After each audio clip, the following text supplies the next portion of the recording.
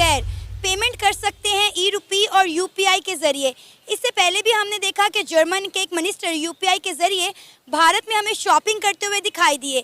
आप मुझे बताएं कि ये किस तरह से रेनोवेट हो जाती कोई चीज़, कोई इंडिया एक टाइम के अंदर हमारे बराबर की कंट्री था, आज कहाँ चला गया वो? इंडियन की अगर हम बात करें तो वो किसी भी मज़हब के ऊपर या चीज़ों के ऊपर काम नहीं कर रहे हैं, वो सिर्फ़ और सिर्फ जो है ना वो टेक्नोलॉजी के ऊपर काम कर रहे हैं। इस वजह से वो कामयाब भी हैं। पूरी इस वक्त कंट्री नहीं, अपनी कंट्री से बाहर और एशिया से बाहर निकलकर बहुत सारे इस वक्त वर्ल्ड वाइड वो तरक्की कर रहे हैं। इसमें ना तो सिर्फ आपके पैसे सेव होते हैं बल्कि आप भी सिक्योर होते हैं। आपकी जान और माल का तहफ़्फ़ुज़ होता है उससे। देखे ना, आप अगर लिक्विड कैश जेब में लेकर घूम रहे हैं तो आप खुद ही जो है किसी को दावत दे रहे हैं कि जी आएँ जी मुझ पे अटैक करें और जी मुझसे छीन कर ले जाएं। पाकिस्तान के साथ सारे मुल्कों की ही तकरीबन नहीं बनती है। एक तो उसकी वजह यह है कि हम मुसलमान हैं। तो क्या यूएई मुसलमान नहीं है, सऊदीया मुसलमान नहीं है, तुर्की, ईरान, इराक, इन सब की इंडिया के साथ बनती है। फिर हम ऐसे कौन से खास मुसलमान हैं जो हमारी ही किसी के साथ नहीं बनती? हमारी तो अफगानिस्तान के साथ नहीं बनती, वो भी मुसलमान है, फिर हम कैसे मुसलमान हैं? सबसे बड़ी बात ये है कि गैर मुस्लिम है वो। गैर मुस्लिम का दोस्त है, मुसलमान का दोस्त नहीं है। हम चाइना के दोस्त नहीं है, हम चाइना के दोस्त नहीं है। दोस्त हैं लेकिन देखें वो चीज़ नहीं है। भाईजान, बात ये है कि सबसे पहले तो उन्होंने इस पे वर्किंग की है और उनके research and development R&D sections जो हैं उनके, वो इस पे वर्किंग करते हैं। हर सेक्टर में उन्होंने ग्रूम किया है, ठीक है ना जी। वो अपना इन्वेस्टमेंट इसी वजह से उन कंट्रीज़ में होती है, उनकी एक पॉलिटिकल स्टेबिलिटी है, ठीक है ना। वहाँ पे उन्होंने अपना पूरा अप्लाई किया है। एजुकेशन सेक्टर आप उनका उठा के देख लें, आप उनका R&D सेक्शन देख लें, हर चीज़ पे रिसर्च कर रहे हैं जो पाकिस्तान में जो है आप सोच भी नहीं सकते इस हवाले से कि आप उलझे हुए हैं रोटी पानी के चक्कर में। आपको इतना नीचे गिरा दिया हुआ है, आपकी स्टेबिलिटी नहीं है कंट्री के अंदर। आप सोच ही नहीं सकते उस लेवल पे जिस लेवल पे वो कंट्रीज चल रही हैं इस वक्त, ठीक है ना जी। वहाँ की, अगर मैं आपको कट कर रहा हूँ, सॉरी, अगर मैं आपको वहाँ के पेमेंट सिस्टम के बारे में थोड़ा बताऊँ तो आप हैरान हो जाएंगे कि वहाँ के जो रेडी वाला यहाँ पर नजर आ रहा होगा आपको, उस तरह के रेडी वाले सर QR स्कैनर रखा हुआ उन्होंने। आपने पेमेंट करनी मोबाइल के जरिए, आपने उनको पेमेंट करना। जर्मनी का मिनिस्टर आया वहाँ पर, ऑनलाइन सब्जी रेडी खरीद रहे, रेडी से सामान खरीद कर, तो सर वो UPI के जरिए पेमेंट कर रहा। और जर्मनी वाला हैरान रह गया कि यार हम इतने एडवांस हैं लेकिन हमारे पास ये सिस्टम नहीं है जो कि आपने बना दिया। सर दुनिया को लीड कर रहे हैं, वो किस तरह से कर रहे हैं? अगर IT की बात करें हम, IT में वो दुनिया को लीड कर रहे हैं। बड़े से बड़े CEO कंपनी का CEO इंडियन है। भाईजान ये देखें ना, ये तभी मुमकिन है कि जब आप अपने लोगों को जो है अकोमोडेट करें या फैसिलिटेट करें। जो रेडी वाला है उसको आप कह रहे हैं कि ये वो बहुत आगे निकल चुके हैं। लिक्विड पेमेंट पे तो वो अब इंसार नहीं कर रहे, लिक्विड पेमेंट से आगे निकल रहे हैं, डिजिटलाइज पेमेंट्स पे आगे हैं, ठीक है ना। डिजिटलाइज हो गए हैं, उन्होंने अपने लोगों को जो है एजुकेट किया है, उनको कन्वे किया है, जो भी उनके पास फैसिलिटीज़ मौजूद हैं उनको उन्होंने स्प्रेड किया है। लोगों के अंदर शऊर लेकर आए हैं और उन्होंने अपने सेक्टर को डेवलप किया है। इस हवाले से लोग इसीलिए वो इस्तेमाल कर रहे हैं अपनी चीज़ों को, क्योंकि उन्होंने वहाँ पे बना के उनको सेटअप दिया है। जबरदस्त यार, ठीक है ना। डिजिटल पेमेंट्स के क्या बेनिफिट्स हो सकते हैं? आपके पास कैश नहीं है, आपके पास डिजिटल पेमेंट है, उसके क्या बेनिफिट्स हो सकते हैं? क्या दुनिया का इम्पैक्ट पड़ता है उससे? क्या आपके पैसे सेव होते हैं उससे? क्या कुछ होता है सर? इसमें ना तो सिर्फ आपके पैसे सेव होते हैं बल्कि आप भी सिक्योर होते हैं। आपकी जान और माल का तहफ़्फ़ुज़ होता है उससे।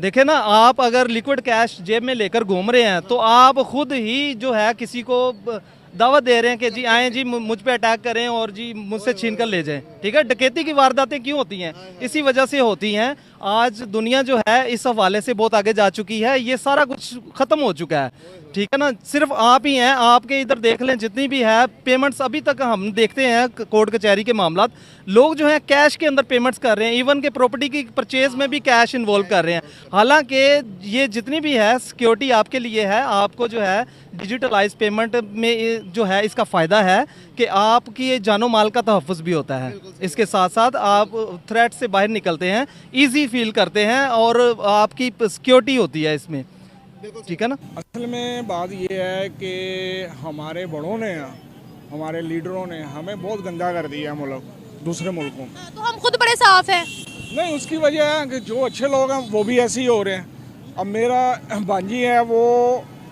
पेंटिंग करती है, उसको बाहर से ऑफ़र हुई है कि आप इंग्लैंड में आ जाओ, लेकिन जब उनको ये पता चला ये पाकिस्तानी है, उन्होंने कैंसिल कर दिया उसको। अब इसका कौन जिम्मेदार है? हमारे लीडर ही हैं। हम खुद भी जिम्मेदार हैं, बाहर जाते हैं क्या करते हैं, दरिया बिछाते हैं हम जिम्मेदार हैं खुद। सही है, देखें मैं बाहर नहीं गया, लेकिन मुझे ये है, मेरे दोस्त गए हैं, वो हमें बताते हैं कि इमरान खान का जब दौर था उसमें हमें फिर भी इज्जत मिल गई थी। अब ये नहीं मुझे पता कि इसमें क्या सच है क्या नहीं, लेकिन ये है कि वो कहते हैं उस टाइम हमें इज्जत मिल गई थी। अब जब से ये हालात ख़राब हुए हैं फिर मिली थी, चेकिंग हमारी तब भी होती थी। ये हमारी अपनी गलतियां हैं जिनको हमने सुधारना है। अब मुझे ये बताएगा कि भारतीयों को वो कह रहे हैं आप लोग हमारे ब्रदर हो, आप लोग हमारे दोस्त हो, आप आओ, हम चाहते हैं कि आप हमारे हर इवेंट में हो, क्या वजह है? नहीं, उसमें सबसे बड़ी बात ये है कि गैर मुस्लिम है वो। गैर मुस्लिम का दोस्त है, मुसलमान का दोस्त नहीं है। हम चाइना के दोस्त नहीं है, हम चाइना के दोस्त नहीं है। दोस्त हैं, लेकिन देखें वो चीज़ नहीं है। जब आप गैर मुस्लिम को देखें वो एक दूसरे के लिए मदद के लिए पहुंच जाते हैं। अब मुसलमानों के साथ क्या हो रहा है? उनकी मदद के लिए कौन पहुंच रहा है? कोई भी नहीं पहुंच रहा। फॉर एग्जाम्पल कोई भी मुसलमान हत्ता कि हम लोग पहले सबसे पहले देखते थे सऊदिया को। अब सऊदिया गया, सऊदिया भी नहीं किसी मामले में बोलता मुसलमानों के। गैर मुस्लिम एक दूसरे के हक में बोल पड़ते हैं। उससे लिए ये है कि हमें लोगों को खुद भी सही होना चाहिए और मेन जो हमारे बड़े हैं उनको सही होना चाहिए। सियासतदान जो हैं, उलमा दीन है, ये सबक दें हमें, फिर ही हम लोग इकट्ठे हो सकते हैं। बस नहीं, मुझे ये बताएगा कि उनको क्यों इनविटेशन देते हैं खुद, और ये भी चाहते हैं कि वो ओलंपिक को भी होस्ट करे, वो उनके हर इवेंट पर आए, क्यों चाहते हैं वो? मैंने आपको सबसे बड़ी बात दी है, उसमें सबसे बड़ा मसला है गैर मुस्लिम एक दूसरे का तावन करते हैं। दूसरी बात तो सऊदिया भी प्रेफरेंस में उनको वीजास देता है, दुबई भी देता है। मैं आपको वही तो बात कर रहा हूँ कि हम लोग गलत हैं। अगर हम लोग सही हों, गलत क्या है ये भी तो बताएं। देखें हर चीज़ में 2 नंबरी कर जाते हैं। हमारे उलमा दीन है वो 2 नंबरी कर जाते हैं, हमारे सियासतदान है वो 2 नंबरी कर जाते हैं, अवाम है वो 2 नंबरी कर जाती है, और हम लोग उसमें शामिल आ जाते हैं। अवाम आ गई तो सब बात आ गई। नहीं, आप कह रहे हैं ना कि वो लोग नॉन मुस्लिम है तो आपस में एक दूसरे को प्रेफर करते हैं। अभी दुबई सबसे ज्यादा इंडियंस चाहता है, सऊदीया सबसे ज्यादा इंडियंस चाहता है, ये क्या चक्कर है? तो मुस्लिम ममालिक हैं, मुस्लिम मालिक हैं, लेकिन मसला वही आ गया है कि उनको पीछे से सपोर्ट होती है, वो लोग ईमानदारी से चलते हैं उनके साथ। कौन सपोर्ट करता है? जो भी है गैर मुस्लिम, जो भी बड़े मुल्क हैं, उसमें नाम क्या लूँगा किसी का मैं? नहीं, कौन किसको सपोर्ट करता है? अब देखें गैर मुस्लिम, अगर यहाँ किसी क्रिश्चियन को या किसी को भी मसला होता है कोई, इधर पाकिस्तान में छोड़ के किसी मुल्क में भी, अमेरिका या गैर मुस्लिम जितने भी हैं वो पहुँच जाते हैं वहाँ पे मदद के लिए। यहाँ पे कोई सच पे बात करे उसको मार पड़ती है, उसकी मदद के लिए कोई भी नहीं पहुँचता। यार इसने सही बात की है, चलो। सबसे बड़ी बात ये है यहाँ पे सच की वैल्यू कुछ भी नहीं है। बहुत बड़ी अपॉर्चुनिटीज़ हैं इंडियंस के लिए कि वो वहाँ पे जाके अपना करियर सेट कर सकते हैं। अब अगर हम इंडिया की बात करें, उसकी आबादी को देखें तो दुनिया की टॉप 5 कंट्रीज़ में आता है जिसकी आबादी सबसे ज़्यादा है।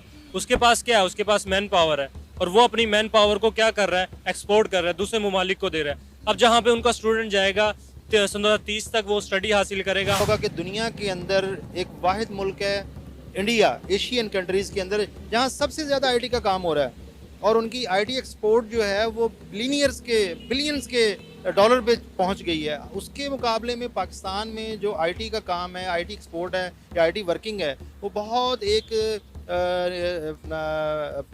स्मॉल लेवल पे। दोस्तों, आज भारत ने टेक्नोलॉजी में इतनी ज़्यादा प्रगति कर ली है कि भारत की एडवांस टेक्नोलॉजी को देखकर आज के समय अच्छे विकसित देश के पसीने छूट रहे हैं। दरअसल दोस्तों, इस बार 26 जनवरी के मौके पर फ्रांस के राष्ट्रपति इमानुएल मैक्रों मुख्य अतिथि के तौर पर भारत आए, और इस दौरान प्राइम मिनिस्टर मोदी और फ्रेंच प्रेसिडेंट इमानुएल मैक्रों ने राजस्थान की खूबसूरत सिटी जयपुर का दौरा किया। इस दौरान दोनों ने जयपुर की एक खास मार्केट का दौरा किया। इसी दौरान प्राइम मिनिस्टर मोदी ने जयपुर की एक चाय की दुकान पर फ्रेंच प्रेसिडेंट को चाय पिलाई, और चाय की पेमेंट प्रधानमंत्री मोदी के द्वारा यूपीआई पेमेंट के माध्यम से की गई, और यूपीआई पेमेंट सिस्टम को अपनी आंखों से देखकर फ्रेंच प्रेसिडेंट को विश्वास नहीं हो रहा था कि वास्तव में भारत के द्वारा बनाई गई टेक्नोलॉजी इतनी ज़्यादा एडवांस और अद्भुत हो सकती है कि केवल एक क्लिक करने मात्र से पैसा सुरक्षित तरीके से एक खाते से दूसरे खाते में पहुंच जाता है।